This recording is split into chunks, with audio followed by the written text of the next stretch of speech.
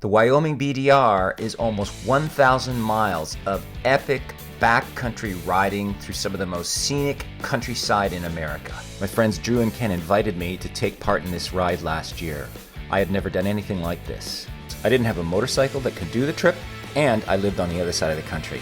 After some research on the BDR website, I settled on a Rogue Moto out of Grand Junction, Colorado. I rented a Suzuki DRZ 400, bought my tickets, I was ready to go. So we're going to do this little piece and then we're going to go up, back, and then finish with this. Okay, I got it. Our first day we left Lovell, Wyoming, heading for the Montana border. After a couple hours of riding on pavement and dirt roads, we've made the final push to the Montana border, which involved climbing some double-track hills. We let the side-by-sides get up and over the hill. I was a little intimidated by this. I'd let Brian do the hill first. He had way more experience than me, plus he had a badass KTM 690 Enduro. What we didn't expect were sheep guard dogs. I already had my hands full trying to figure out the best line, not falling off the bike, and now I had to deal with dogs? The second dog looks just as hungry. We all made it up fine, the dogs were safe, and we were at the northern start of the Wyoming BDR.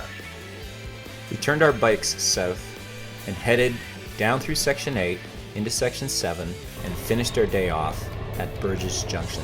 We toasted our successful first day on the trail with ice-cold beers and had a good laugh about the unexpected encounter with sheepdogs. My hands and wrists were pretty sore. That was the longest I've ever ridden on rough ground. Just like the moose in our campground, I had to learn how to relax. With a couple hundred miles under our belts, we all felt a little bit more comfortable riding in the rough on day 2. Today, we would travel from Baggs Junction down to Ten Sleep. Section 7 included a mix of tarmac, dirt road, single and double track. Surface conditions varied from smooth and loose to rutted and rough. You had to be careful about these ruts. Dropping into one was a surefire way of falling off your bike. Our first day had warmed us all up, and I was a lot more comfortable in the saddle today and really enjoying the ride and the scenery and everything that we were encountering. Today we encountered our first sand trap. None of us enjoyed riding through this, you just had to deal with it. Our second night in the trail, we camped at the Ten Sleep Brewing Company. With a great selection of beers and good pizza, it was one of my favorite overnight stops.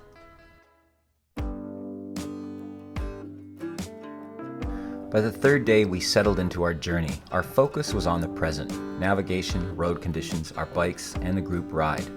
For me, long adventure trips simplify my life and provide a daily dose of accomplishment, which boosts my happiness and personal satisfaction. I was stoked just riding our bikes through this amazing wilderness. You know, there's a saying that motorcyclists don't need therapists. I can totally vouch for that. Our route today headed south out of Ten Sleep and then westward into Shoshone. Some of the riding along this route was fast and flowing and we were enjoying it, so we decided that we could continue on and complete Section 6 and 5 in one day. Today was the first day we saw a squall. We were hoping to skirt it, riding just in front of it. You can see it just ahead of us off in the distance. Fortunately, all we encountered was a beautiful rainbow.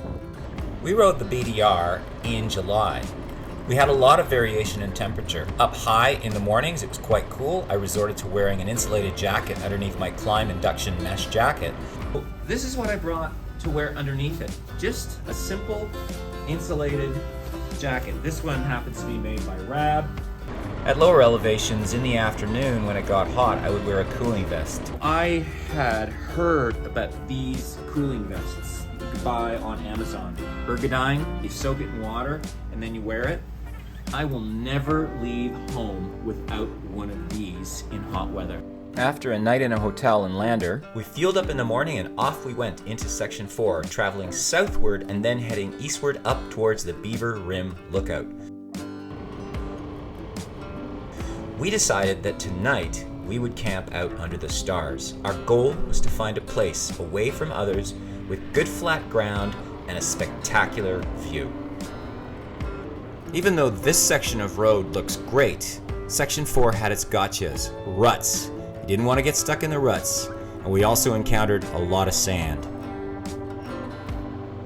And just when you think everything is going great and you're having a fun time, bang, the rut takes the bike. Alright, I'm finally going to get some exciting footage. Rooster tails of mud and water, popping wheelies while riding in this track, right? I think the ruts made us a lot more careful, so maybe our inner daredevils will come out later in the trip. This one resulted in an injured wrist for our buddy Drew. The scenery along the Beaver Rim Divide was spectacular. I had a good feeling about finding a fantastic campsite somewhere along this bluff.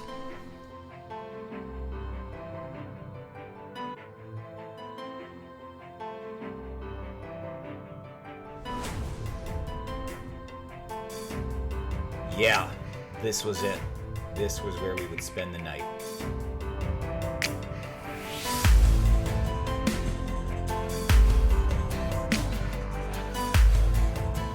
This was the best campsite on our trip.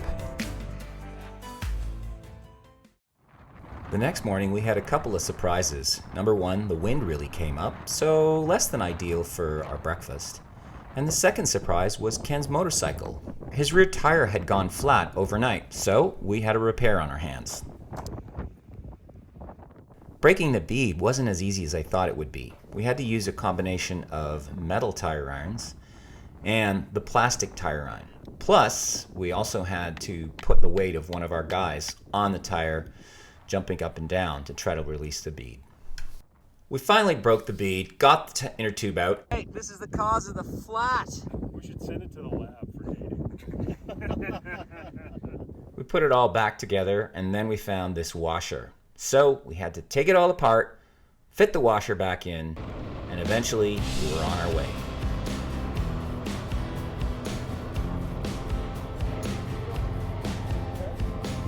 We all found the riding hard along the rest of Section 4. There was a lot of deep sand and ruts, and Drew's hand wasn't making it any easier for him to control the bike. He was in a lot of pain.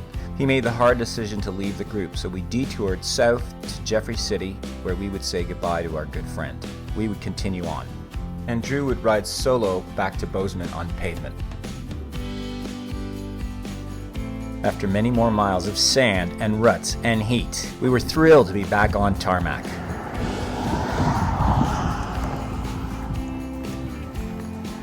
Asphalt never tasted so sweet after miles of thick sand. After our night of camping, we decided to ride up to Casper and enjoy the vibe of a larger town and a big hotel.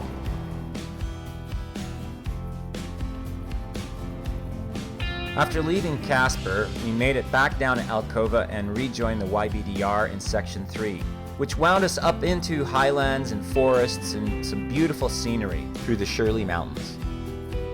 Our plan was to ride to Medicine Bow and stay in a cowboy hotel built at the turn of the century. There was some beautiful riding in these flowy, winding roads up through these forested areas. We still had some challenges. Some of the switchbacks were quite steep and very sharp with some rough riding conditions. Here I'm riding back to help one of the guys get his bike off his leg. Captain Ed was fine, and so was his bike. 1, 2, 3. Okay, I have brake. One of the things I really liked about my Suzuki DRZ was it was a lighter bike, which gave me more confidence. It was easier to pick up. And for me, I think less bike was actually more bike, if that makes sense, on the Wyoming BDR. We got lucky again and arrived in Medicine Bow just before a big thunderstorm came through. The Virginian was all that I expected it to be. I felt like we were stepping right into the Old West.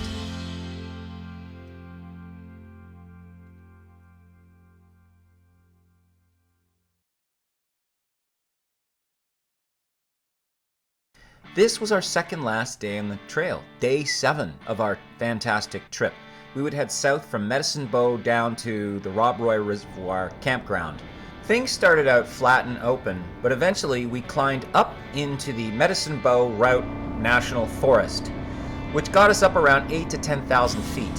One of the highlights of this day was riding to the top of Mount Kennedy, over 10,300 feet. How often do you get to ride a motorcycle up to the top of a mountain and enjoy a spectacular view like this? Highly recommended. What goes up must come down, and as you can see, the track is quite rough and there are some hairpin turns, but we just took it easy and it was no problems. The blue-green line is our track into Rob Roy Reservoir. Now we first came down this way. We should have continued, but we thought we were wrong. You can see there's a lot of roads that get you into Rob Roy. So from there, we backtracked up here, and then we found our second highlight of the day, the water crossing. This was a total surprise to all of us. I just went for it, thinking the worst that can happen is I get a little wet. Well, that wasn't so bad. All right, next up, Ken. 10 out of 10. Aced it. Next up is Captain Ed. The line looks good. Whoa, he takes a small look to the left. Off he goes through the swamp, heading to the embankment. Is he going to clear it? Oh, biker down. Last up, Brian, king of the KTMs. Things are looking good. Whoop, a little bit of a stall. Oh, there we go. We've got it. So, we all made it through. Now we had a sleeping bike to deal with, but the guys figured out a great way to pull it out. We've got a little bike parking issue, which we are trying to amend with some skinny line. Pretty ingenious. Look at this. 4-to-1, 5-to-1. Rigged. With Brian and I pulling on the 5-to-1 purchase and Ken and Ed pulling and balancing the bike, we were able to get the bike up the embankment without any issues. And we were ready once again to set off for Rob Roy Campground, which was only a few miles down the road.